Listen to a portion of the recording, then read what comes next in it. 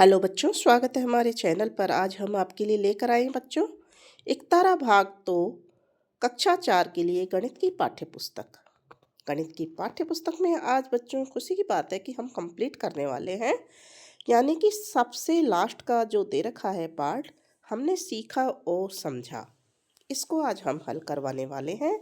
इससे पहले के सभी चैप्टर और हमने सीखा और समझा भाग 1, 2, 3, ये सभी जो भी आपकी इस इकतारा बुक में आए हैं, सभी के हल करके अपने चैनल पर हमने डाल दिए हैं और उसकी प्लेलिस्ट भी बना दी है। हमारी प्लेलिस्ट में आपको सब्जेक्ट वाइज सभी पाठों की जो हल हैं, उत्तर हैं, वो आपको मिल जाएंगे। तो आप चैनल को सब्सक्राइब करके प्लेलिस्ट में जा कर के हर सब्जेक्ट के पाठों को देख सकते हैं। आज हम शुरू करेंगे। हमने सीखा और समझा कक्षा 4 के लिए भाग 4 को। पहला प्रश्न है, निम्नलिखित समय के अनुसार घंटे और मिनट की सुई दी गई घड़ियों में बनाइए। ठीक है ना। तो यहाँ बच्चों देखिए, यहाँ टाइम दे रखा है 6:00 तो 6:00 पर क्या होता है, छोटी सुई तो होती है 6 पर और बड़ी सुई होती है पूरे 12 पर। तो इस तरह से हम सुइयाँ बना देंगे, बड़ी सुई 12 की तरफ, छोटी सुई 6 की तरफ। दूसरा है 3:45, यानी 3 बज चुके हैं और 45 मिनट और ऊपर हो गए हैं, तो जो छोटी सुई है वो 3 से आगे आ जाएगी, है ना। और बड़ी सुई 45 मिनट यानी कि 9 पर चली जाएगी। 9 पंजे 45। हर एक घंटा 5 मिनट का, हर एक जो अंक होता है वो 5 मिनट के अंतर को दर्शाता है बड़ी सुई के लिए। तो यहाँ पर हम इसको 9 पर बड़ी सुई को बना देंगे। फिर है 11:30। 11:30 यानी कि 11 और 12 का आधा, 11:30। तो छोटी सुई को हम यहाँ बनाएंगे और बड़ी सुई को हम 6 पर ला देंगे 30 मिनट के हिसाब से। 6 पंजे 30 यानी 6 पर बड़ी सुई को बनाएंगे, इसका मतलब 30 मिनट हो गए। अब है हिंदी और अंग्रेजी महीनों के नाम लिखिए। तो बच्चों हिंदी और अंग्रेजी महीनों के नाम हमने यहाँ लिखे हैं। इसी तरह से आप लिख सकते हैं अपनी कॉपी में, इनको ऊपर से नीचे की तरफ भी लिख सकते हैं और दूसरी लाइन में यहाँ। ठीक है ना, हमने इनको ऐसे लिखा है आड़ा। तो देखिए, एक तो लिखने में आपको मात्राओं को ध्यान रखना है। तो नाम हम पढ़ते हैं हिंदी महीनों के: चैत्र, बैसाख, जेठ, आषाढ़, श्रावण, भाद्रपद, आश्विन, कार्तिक, माघशीष, पौष, माघ और फागुन। ठीक है। तो सबसे पहला माह है चैत्र और सबसे लास्ट माह है फागुन। अब देखते हैं अंग्रेजी महीनों के नाम, जो आप लेते रहते हैं तो आपको भी याद होंगे: जनवरी, फरवरी, मार्च, अप्रैल, मई, जून, जुलाई, अगस्त, सितंबर, अक्टूबर, नवंबर और दिसंबर। ठीक है। तो इस तरह से आप भी नाम लिख देंगे सुंदर सुंदर राइटिंग में और मात्राओं का ध्यान रखते हुए। तीसरा सवाल देखते हैं, निम्नलिखित समय को परिवर्तित कीजिए। समय को परिवर्तित करना है। जैसे पहला दे रखा है 5 घंटों को मिनटों में परिवर्तित करना, मिनट बनाने। तो बच्चों आपको पता ही है 1 घंटे में 60 मिनट होते हैं, तो 5 घंटे में कितने मिनट होंगे। तो यहाँ हमने क्या किया है, 5 को मिनटों में बदलने के लिए 5 × 60 मिनट, यानी कि 5 × 30 और 0, तो 300 मिनट यहाँ पर आ जाएगा। फिर दूसरा है 2 घंटे 45 मिनट को मिनटों में बदलना है। तो यहाँ 45 तो मिनट ही दिए हुए हैं, 2 घंटे को और बदलना है, तो 2 × 60 कर दिया प्लस 45। ये जो 45 है इसको इसमें जोड़ेंगे। ठीक है। और 60 × 2 का मतलब हो गया 120। 60 दूनी 120 प्लस 45 जोड़ देंगे इसमें, तो 165 मिनट उत्तर आ जाएगा। 6 घंटे 20 मिनट, यहाँ 20 मिनट और 6 घंटे को 20 मिनट में और बदलेंगे, तो 6 × 60 और प्लस 20 मिनट, कितने हो गए, 6 × 36 हो गए, यानी कि 360 तो ये हो गए और 20 ये हो गए, जुड़ जाएंगे दोनों, तो 380 मिनट उत्तर आ जाएगा। इसके बाद है 15 मिनट को सेकंड में, इसको सेकंड में बदलना है। सेकंड भी 1 मिनट में 60 सेकंड होते हैं, तो 15 मिनट को सेकंड में बदलने के लिए 60 से गुणा करेंगे। ठीक है। तो यहाँ 0 को 0 से सारी संख्या से गुणा किया, जो आ गया 0। 6 को 15 से गुणा किया, तो 15 × 6 = 90, यानी कि 900 सेकंड। गुणा आप अपने हिसाब से करके देख सकते हैं। फिर है 10 मिनट 15 सेकंड को बदलेंगे, तो यहाँ 15 सेकंड तो दिए ही हुए हैं तो इनको ऐसे लिख देंगे और प्लस 10 को 60 से गुणा करेंगे, 10 गुणा 60 प्लस 15 बराबर आ जाएगा 60 है कि 600 प्लस 15 और 600 और 15 को जोड़ेंगे तो 615 सेकंड आ जाएंगे। 3 दिन 12 घंटे को घंटे में बदलना है, तो एक दिन में कितने घंटे होते हैं बच्चों? 24 घंटे होते हैं, इसलिए हम 3 दिन में घंटों में बदलेंगे तो 3 को 24 से गुणा करना पड़ेगा। 24 तिया 72 और 12 घंटे यहाँ पहले से दे रखे हैं तो 12 घंटे को इसमें जोड़ेंगे। 72 प्लस 12 घंटे बराबर 84 घंटे, यानी 3 दिन 12 घंटे में कितने घंटे होंगे? 84 घंटे होंगे। फिर चौथा सवाल इसके बाद में आता है, कुल समय ज्ञात कीजिए। इसको भी हम यहाँ देख लेते हैं। कुल समय ज्ञात कीजिए, यानी कि 4 घंटे 35 मिनट और 2 घंटे 15 मिनट। कुल समय ज्ञात कीजिए यानी दोनों को जोड़ना है। तो यहाँ घंटे और मिनट अलग अलग लिखेंगे। घंटे के नीचे हम 4 को 4 घंटे हैं लिख देंगे और 35 मिनट को मिनट के नीचे लिख देंगे। इसमें जोड़ना है 2 घंटे 15 मिनट को, तो 2 को घंटे के नीचे 4 के नीचे लिखेंगे और 15 को यहाँ 35 के नीचे मिनट में लिखेंगे। 35 और 15 को जोड़ा तो 50 आ गए और 4 और 2 को जोड़ा तो 6 आ गए। तो यहाँ हमारा उत्तर आ जाएगा कुल कितना हो गया समय? 6 घंटे 50 मिनट। सेकंड में देखिए वही तरीका है, घंटे और मिनट को लिख दिया। 1 घंटा और 45 मिनट और 3 घंटे 30 मिनट को जोड़ना है, तो 1 घंटा 45 मिनट, 3 घंटे 30 मिनट, मिनट के नीचे मिनट को लिख दिया। 45 और 30 को जोड़ा तो 75 आ गए और 3 और 1 को जोड़ा तो 4 आ गए। अब बच्चों 1 घंटे में केवल 60 मिनट होते हैं, तो 75 60 से ज़्यादा है, इसलिए इसमें से 60 मिनट को घटा करके इधर ले आएंगे घंटे की तरफ और 60 मिनट को इसमें से घटाकर घंटे की तरफ लाएंगे। 60 मिनट किस में बदल जाएंगे? 1 घंटे में। ठीक है, तो 4 और 1 हो जाएगा 5, तो 5 तो घंटे हो गए और यहाँ से हमने 60 निकाल लिया तो 75 में से 60 गए तो 15 मिनट बच गए यहाँ, तो 15 मिनट यहाँ आ जाएंगे। तो उत्तर आ जाएगा हमारा 5 घंटे 15 मिनट। तो इन जोड़ों में आपको ध्यान रखना है कि अगर घंटे में से मिनट को लाना है तो 1 घंटे को लेकर आएंगे तो 60 इधर आएंगे 60 मिनट, और मिनट को घंटे में ले जाना है बदलने के लिए तो 60 मिनट को ले जाने पर 1 घंटा बनेगा। फिर थर्ड सवाल देखिए, 20 मिनट 40 सेकंड और 15 मिनट को जोड़ना है। तो यहाँ पर मिनट और सेकंड दिए हुए हैं तो मिनट और सेकंड लिख देंगे और मिनट के नीचे 20 मिनट और सेकंड के नीचे 40 सेकंड लिख देंगे और इधर जोड़ना है इसमें 15 मिनट को, यानी सेकंड इसमें है ही नहीं तो सेकंड नहीं है तो 15 मिनट को मिनट के नीचे लिखेंगे और सेकंड के नीचे लगा देंगे 0 0। 40 और 0 0 को जोड़ा तो 40 आ गए, 20 और 15 को जोड़ा तो 35 आ गए, यानी कि कुल समय हो गया हमारा 35 मिनट 40 सेकंड। ठीक है, अब है अगला सवाल चौथा, 5 मिनट 55 सेकंड और 2 मिनट 15 सेकंड को जोड़ना है। तो यहाँ भी मिनट और सेकंड दिए हुए हैं तो मिनट और सेकंड लिख दिया। मिनट के नीचे 5 मिनट 55 सेकंड को सेकंड के नीचे लिख दिया। 2 मिनट और 15 सेकंड को भी इसी तरह से लिख देंगे, 2 मिनट और 15 सेकंड। 55 और 15 को हमने जोड़ा तो यहाँ 70 आ गए, 5 और 2 को जोड़ा तो यहाँ 7 आ गए। अब बच्चों यहाँ भी वही बात आ गई कि 1 मिनट में 60 सेकंड होते हैं, लेकिन यहाँ तो 70 आ गए, तो 70 में से हम 60 को निकाल लेंगे तो यहाँ 10 सेकंड रह जाएंगे और यहाँ 1 मिनट में बदल जाएगा। 60 सेकंड कितने में बदल जाएंगे? 1 मिनट में। तो यहाँ 7 और 1 कितना हो जाएगा? 8 और यहाँ 10 सेकंड रह जाएंगे। हमारा समय उत्तर आ जाएगा 8 मिनट 10 सेकंड। तो यहाँ हमने घंटे मिनट सेकंड को कैसे जोड़ते हैं वो आपको अच्छी तरह से बता दिया है, हासिल कैसे लेते हैं वो भी आपको हमने बता दिया है। ठीक है, अब देखिए अगला सवाल देखते हैं। 5वां सवाल, समय में अंतर ज्ञात कीजिए। यहाँ कुल समय ज्ञात किया था, यहाँ हम घटाएंगे यानी कि अंतर ज्ञात करेंगे। तो पहला सवाल है 9 घंटे 40 मिनट और 5 घंटे 25 मिनट का अंतर, यानी कि इसको इसमें से घटा देंगे। तो देखते हैं 5वां सवाल। यहाँ देखिए आप 9 घंटे 40 मिनट और 5 घंटे 25 मिनट का अंतर ज्ञात करना है। घंटे और मिनट दिए हुए हैं तो घंटा मिनट लिख लेंगे। घंटे के नीचे 9 घंटे 40 मिनट को लिख देंगे, इसके नीचे 5 और 25 को लिख देंगे। 5 घंटे 25 मिनट, 40 में से हम 25 को घटाएंगे 15 बज जाएगा। 9 में से 5 को घटाएंगे 4 बज जाएगा। उत्तर आ जाएगा 4 घंटे 15 मिनट। दूसरा सवाल है 12 घंटे 10 मिनट और 8 घंटे 50 मिनट। तो 12 घंटे, घंटे के नीचे घंटे और 10 मिनट, और इसके नीचे 8 घंटे 50 मिनट लिख दिया।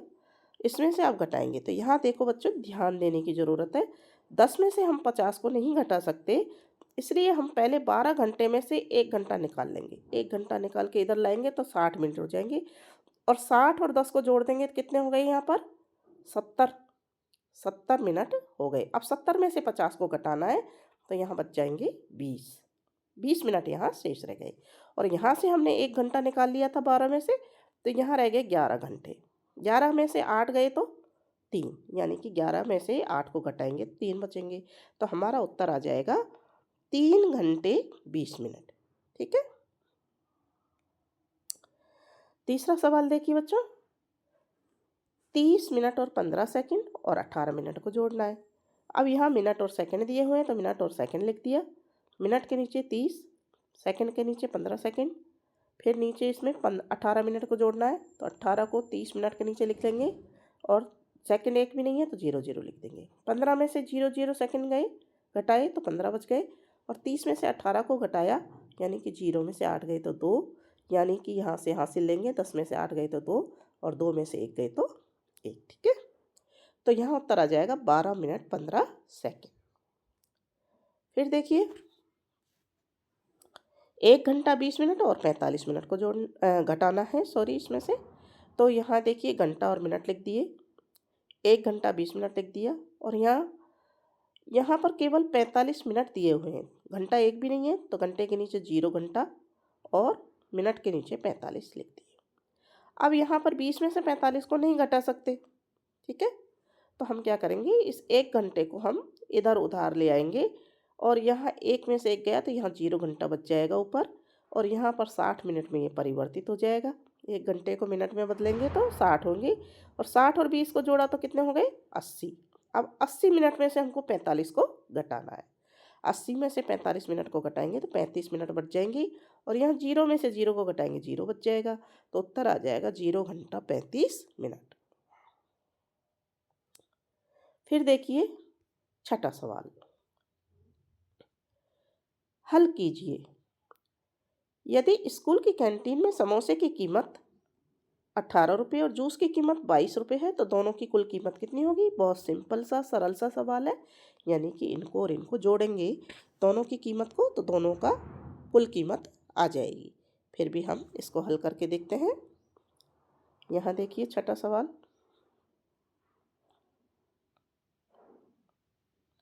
हाँ, समोसे की कीमत 18 रुपये और जूस की कीमत 22 रुपये। ठीक है। 8 और 2 10, हासिल की 1, फिर 1 और 1 2 और 2 4, तो 40 रुपये कुल कीमत आ जाएगी। तो हम दोनों की कुल कीमत कितनी लिखेंगे? 40 रुपये हमारा उत्तर आ जाएगा। फिर अगला सवाल ये वाला देखते हैं। आपके पास 100 रुपये हैं, आप 35 रुपये की किताब और 45 रुपये की पेंसिल बॉक्स खरीदते हैं तो कितने रुपये बचेंगे? हम 100 रुपये लेकर बाजार गए थे बच्चों, लेकिन हमने क्या किया, किताब खरीदी 35 रुपये की और पेंसिल बॉक्स खरीदा 45 रुपये का। तो हमको वापस कितने रुपए बचेंगे, कितने रुपए हमारे पास रहेंगे? 35 और 45 को जोड़ देंगे, और जो दोनों का जोड़ आएगा उसको 100 में से घटा देंगे। अब इसको हल कैसे करेंगे? देखिए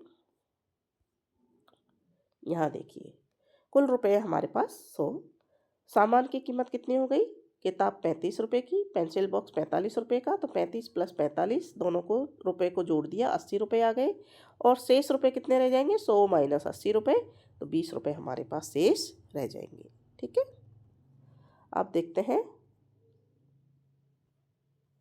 इससे अगला सवाल, टीना ने 50 रुपये का पर्स और 75 रुपये की चप्पल खरीदी, उसने 200 रुपये दिए तो उसे कितने रुपए वापस मिले? यहाँ भी ये इसी तरह से होगा कि 50 का और 45 का जोड़ करेंगे, इन दोनों के जोड़ जो आएगा उसको 200 में से घटा लेंगे तो उतने रुपए हमें वापस मिलेंगे। अब इसको हल करने का तरीका हम देख लेते हैं। यहाँ देखिए, पर्स की कीमत ₹50, चप्पल की कीमत ₹75, दोनों की कुल कीमत ₹125 और कुल रुपए दिए ₹200। तो दोनों की कुल कीमत ₹125। इसमें से इसको घटा देंगे, घटाए तो कितने बच गए हमारे पास ₹75, यानी टीना को वापस मिलेंगे ₹75। ठीक है। फिर देखिए अगला सवाल।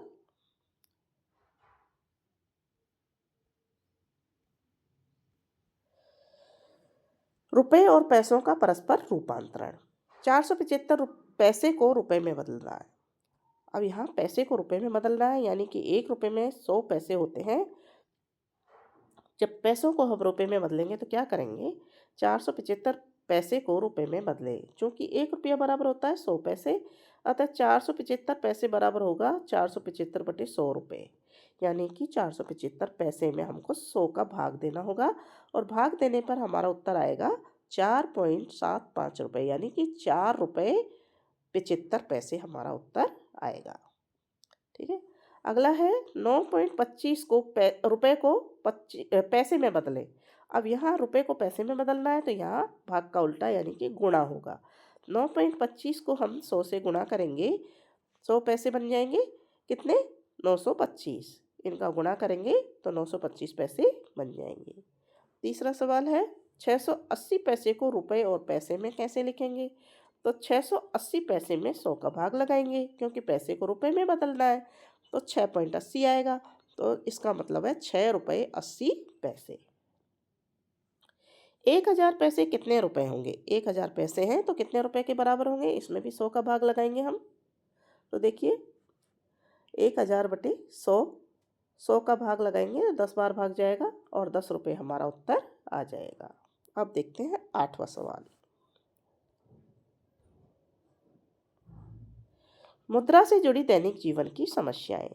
माताजी ने सब्जी के लिए 35, फल के लिए 60 और दूध के लिए 45 रुपये खर्च किए, तो कुल खर्च कितना हुआ। ये भी बहुत सरल है, तीनों को हम जोड़ देंगे, प्लस कर देंगे। ठीक है, तो देखते हैं इसको हम कैसे हल करेंगे।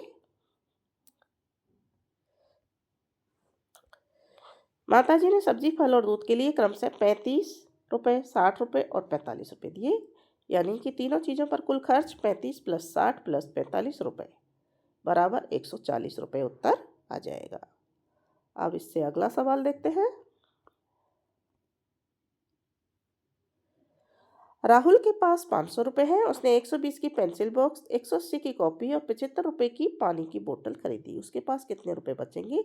इन तीनों का जोड़ करेंगे और उस जोड़ को 500 में से घटा देंगे। ठीक है, तो इस तरह से इसको लिख करके करेंगे। देखिए राहुल के पास कुल कितने रुपए हैं, 500 रुपये। चूँकि राहुल ने खर्च किए 120 + 180 + 75 रुपये बराबर, जोड़ आ गया इनका 375 रुपये। तो राहुल के पास शेष बचेंगे 500 - 375 बराबर 125 रुपये। फिर है अगला, देखिए एक लड़की ने 200 रुपये का स्कर्ट और 150 रुपये की टी शर्ट खरीदी। अगर वह दुकानदार को 500 रुपये दे तो कितने रुपये वापस करेंगे। इसमें भी इस तरह से करेंगे, इन दोनों को जोड़ देंगे और इसमें से घटा देंगे। तो देखिए यहाँ पर स्कर्ट की कीमत 200 रुपये, टी शर्ट की कीमत 150 रुपये, कुल खर्च 350 रुपये, जोड़ देंगे दोनों को।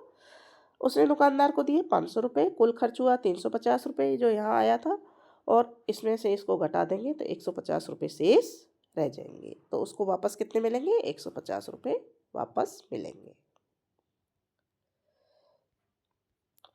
फिर देखिए अगला,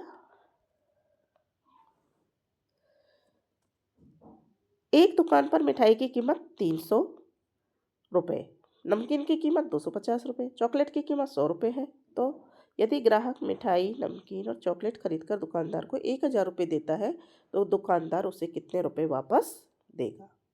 यहाँ देखते हैं इसको, इसमें भी इन तीनों को जोड़ेंगे और 1000 में से घटाएंगे। तो यहाँ देखिए मिठाई की कीमत 300 रुपये, नमकीन की कीमत 250 रुपये, चॉकलेट की कीमत 100 रुपये और तीनों का कुल खर्च हो जाएगा 650 रुपये। उसने दुकानदार को दिए 1000 रुपये, इसमें से 650 को घटा लेंगे तो 350 रुपये उत्तर आ जाएगा, यानी दुकानदार लौटाएगा 350 रुपये।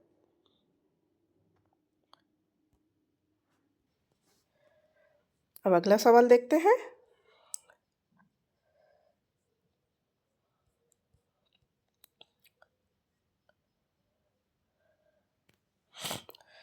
रवि ने 50 रुपए के 2 नोट, 20 रुपए के 3 नोट और 10 रुपए के 5 सिक्के दिए। कुल मिलाकर उसने कितने रुपए दिए? तो इनको हम गुणा करके पहले रुपयों में नोट में बदल लेंगे। कितने नोट के कितने रुपए बने, उसके बाद में देखिए कैसे हल करते हैं इसको।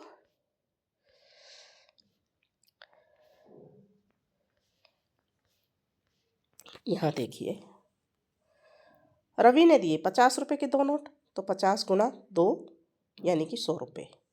20 रुपए के 3 नोट, 20 दिया, 60 गुना करके 60 रुपये आ गए। 10 रुपए के 5 सिक्के, 10 गुना 5 यानी कि 50 रुपये बन गए। इन तीनों को जोड़ लिया यहाँ पर, तो 0 का 0, 6 और 5 11 का 1, हासिल की 1 और 1 2, 210 रुपये कुल रुपए बन जाएंगे। ठीक है ना। अब नवा सवाल देखते हैं। इसमें परिमाप ज्ञात कीजिए। तो यहाँ पर हमने लिखा हुआ है, इसलिए यहीं पर इसको पढ़ लेते हैं। परिमाप ज्ञात कीजिए। आंगन की लंबाई दे रखी है 25 मीटर और चौड़ाई दे रखी है 10 मीटर। चूँकि आयत का जो परिमाप आंगन है आयताकार है, क्योंकि लंबाई चौड़ाई अलग अलग है, तो आयत का परिमाप का सूत्र होता है 2 गुना लंबाई प्लस चौड़ाई। अतः आंगन का परिमाप होगा 2 गुना 20 प्लस 2। लंबाई कितनी है, सॉरी, हाँ हमने 25 की जगह 20 लिख दिया है, तो यहाँ आप इसको सही कर लें। 20 की जगह 25 लिखेंगे। 25 प्लस 10 मीटर, चौड़ाई 10 है। 25 और 10 को हम जोड़ेंगे तो कितना आ जाएगा यहाँ पर, 30 की जगह आप 35 मीटर लिखेंगे। और 35 को हम 2 से गुणा करेंगे तो यहाँ कितना उत्तर आ जाएगा, 70 मीटर। ठीक है, कितना आ जाएगा यहाँ, 70 मीटर। तो इसको आप सही कर लेना, थोड़ा सा ये मिस्टेक हो जाती है कभी कभी। फिर अगला है, एक आयताकार टेबल की लंबाई 6 मीटर दे रखी है और चौड़ाई दे रखी है 4 मीटर। तो यहाँ पर भी इसी तरह का सूत्र लगेगा, यही वाला, और लिख देंगे 2 गुना 6 प्लस 4 मीटर। 6 और 4 को जोड़ा 10 मीटर आ गए, और 10 को और 2 को गुणा किया तो 20 मीटर टेबल का जो परिमाप है वो आ जाएगा। ठीक है ना, परिमाप ज्ञात करना है यहाँ हमको। फिर है दरवाजे का परिमाप। कैसे ज्ञात करेंगे, क्या दे रखी है, दरवाजे की लंबाई 7 मीटर, चौड़ाई 3 मीटर। वही सूत्र लगेगा, 2 गुना 7 प्लस 3। 7 और 3 को जोड़ा 10, 10 दूनी 20, 20 मीटर परिमाप आ जाएगा। फिर है बगीचे की लंबाई 30 मीटर व चौड़ाई 20 मीटर। तो यहाँ पर इसी तरीके से बगीचे के चारों तरफ तार लगाना है, यानी कि परिमाप ज्ञात करना है। तो तार की लंबाई या परिमाप दोनों एक ही चीज़ है। तो 2 गुना 30 प्लस 20 कोष्टक में लिखेंगे मीटर। ठीक है, और 30 और 20 को जोड़ा 50 आ गए। 50 मीटर को 2 से गुना किया 100 मीटर उत्तर आ जाएगा। अतः तार की लंबाई 100 मीटर आ जाएगी। फिर है सवाल नंबर 14, इसको देखते हैं पढ़ करके।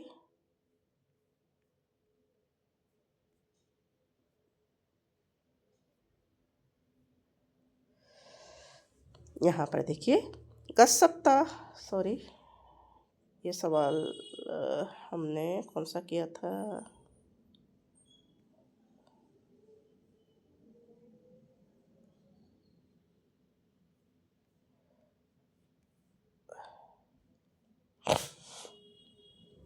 हाँ हमने ये वाले सवाल हल किए थे। देखिए, ये वाले यहाँ तक सवाल हल कर लिए। अब ये वाला सवाल देखते हैं जो यहीं करना है हमको। यहाँ एक चित्र दिया हुआ है जिसकी लंबाई है 7 मीटर, चौड़ाई है 4 मीटर। इसका भी परिमाप ज्ञात करना है। तो घेरे की कुल लंबाई बराबर 2 गुना 4 प्लस 7, 4 प्लस 7 लिख दिया यहाँ।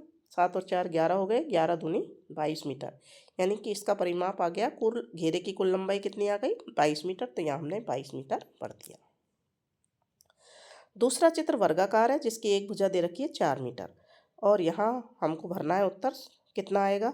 हमने 16 मीटर भरा है। कैसे भरा है, क्योंकि ये वर्गाकार है तो घेरे की कुल लंबाई हो जाएगी 4 गुना भुजा, जो वर्ग का परिमाप का सूत्र होता है। तो 4 गुणा 4, ठीक है ना, 4 ही मीटर लंबाई है ना, तो 4 गुणा 4 यानी कि 16 मीटर यहाँ पर उत्तर आ जाएगा। तो इस तरह से ये कंप्लीट हो जाता है आपका सवाल। उसके बाद में इससे अगला सवाल है ये वाला,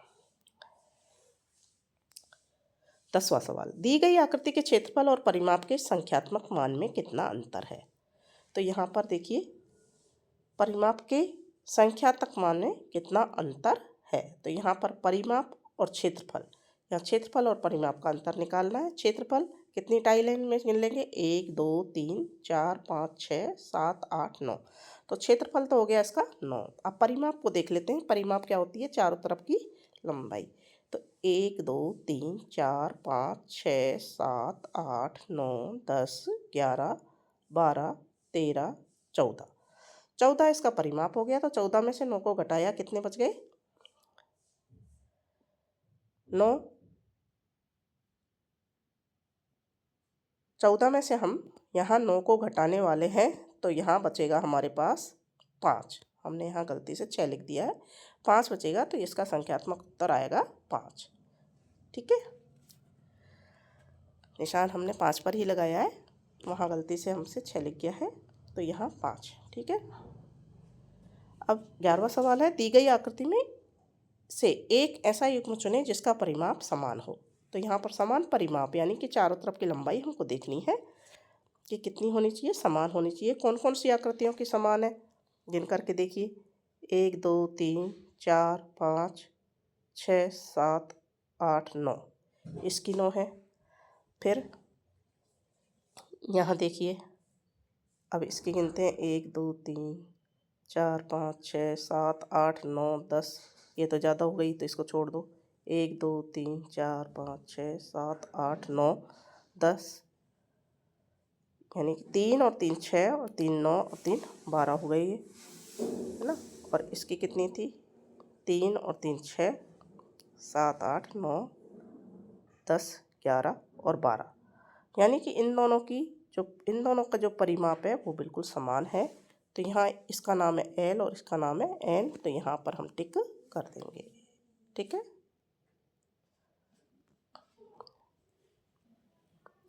फिर 12वां सवाल है, निम्नलिखित में से किस आकृति का क्षेत्रफल सबसे अधिक है। तो यहाँ पर हम देख रहे हैं क्षेत्रफल सबसे अधिक है, जिसमें सबसे ज़्यादा खाने हैं उसका क्षेत्रफल सबसे ज़्यादा है। तो ब यहाँ पर उत्तर आ जाएगा, क्योंकि इसमें 1 2 3 4 5 6 7 खाने हैं और बाकी में सब में 6 खाने हैं। ये हम ब उत्तर लिख देंगे।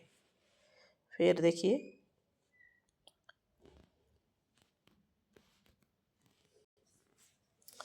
तेरहवां सवाल, कक्षा 4 के छात्रों ने गणित विषय की एक परख में 2 4 3 2 4 3 2 5 1 3 1 3 1 2 4 5 अंक प्राप्त किए। इन प्राप्तांकों को नीचे दी गई सारणी की पूर्ति कीजिए और दिए गए प्रश्नों के उत्तर लिखिए। तो यहाँ पर देखिए, 1 नंबर कितने छात्रों ने, 2 छात्रों ने, तो 2 टैली चिन्ह लगा देंगे हम सारणी में इसमें, और यहाँ छात्र संख्या लिख देंगे 2। फिर यहाँ दो अंक प्राप्त किए, 1 2 3 4, तो यहाँ पे 4 टैली चिन्ह लगा दिए और 4 लिख दिया। फिर 3 अंक प्राप्त करने वालों को गिन लो, 1 2 3 4, तो 4 यहाँ पे टैली अंक लगा के 4 लिख देंगे। 4 अंक प्राप्त करने वाले 1 2 3, तो 3 यहाँ पे लगा दिया, यहाँ 3 लिख दिया। इसी तरह से 5 अंक प्राप्त करने वाले 2 हैं, तो 2 यहाँ लिख दिया। कुल संख्या हो गई इनकी 15।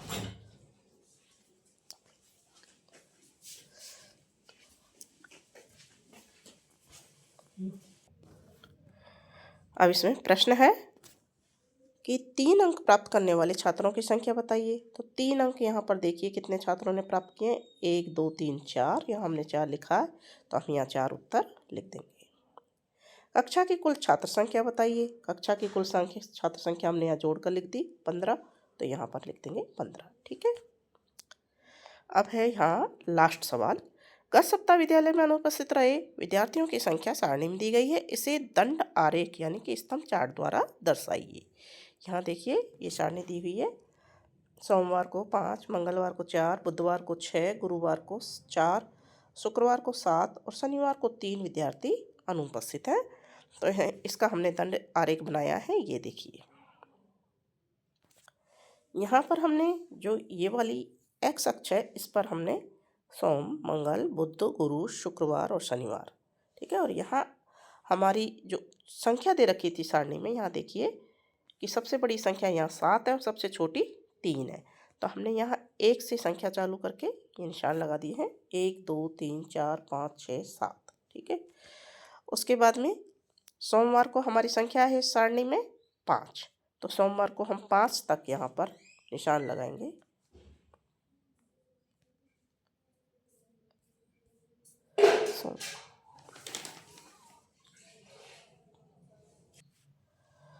तो ये देखिए बच्चों, यहाँ हमने सोमवार को 5, तो यहाँ भी थोड़ी सी मिस्टेक है, यहाँ 5 तक यहाँ निशान लगा देंगे, इसको ऊपर को हटा देंगे। ठीक है, यहाँ तक इसका आ जाएगा। और मंगलवार को देखते हैं, मंगलवार को कितने हैं 4, गुरुवार बुधवार को 6, 4 मंगलवार को 4 तक निशान लगा देंगे, ये 4 की सीध में यहाँ तक। ठीक है, बुधवार को 6 यानी कि 6 के सामने, फिर गुरुवार को 4 वापस, तो 4 के सामने आ जाएगा। फिर शुक्रवार को देखिए 7 और शनिवार को 3, तो शुक्रवार को 7 के सामने यहाँ निशान लगा देंगे 7 तक, ये 7 की सीध में। ठीक है ना, तो यहाँ स्तंभ बना देंगे। और शनिवार को 3 यानी कि 3 के सामने यहाँ हमने स्तंभ बना दिया है। और इस तरह से हम स्तंभ चार्ट बना देंगे इसका, और सभी के नाम लिख देंगे। अनुपस्थित विद्यार्थी इधर हैं वाई अक्ष पर, और वार जो है ना वो इधर हमने एक्स अक्ष पर लिख दिए हैं। यहाँ पर देखिए दिन। ठीक है, तो इस तरह से ये चार्ट बन जाएगा। स्तंभाकार स्तंभ चार्ट इसको बोला गया है, या दंड आरेख चार्ट बोला गया है, इसको हम बना देंगे। और इसी के साथ में बच्चों आपका ये जो हमने सीखा और समझा आकलन 4 था, ये अपना कंप्लीट हो जाता है। अब बच्चों हम अन्य सब्जेक्ट के जो चैप्टर हैं आपके हिंदी, इंग्लिश और पर्यावरण के, उनको भी हम अपने चैनल पर डाल रहे हैं, आपकी क्लास के और अन्य क्लासों के भी। तो हमारे चैनल पर आप देख सकते हैं जा कर के, आपको संपूर्ण हल मिलेगा, पूरा हल मिलेगा समझाते हुए। अगले वीडियो को या अगले सब्जेक्ट को देखने से पहले बच्चों आप हमारे चैनल को सब्सक्राइब कीजिए, इस वीडियो को लाइक कीजिए और कमेंट बॉक्स में प्यारा सा कमेंट ज़रूर लिख दीजिए। धन्यवाद।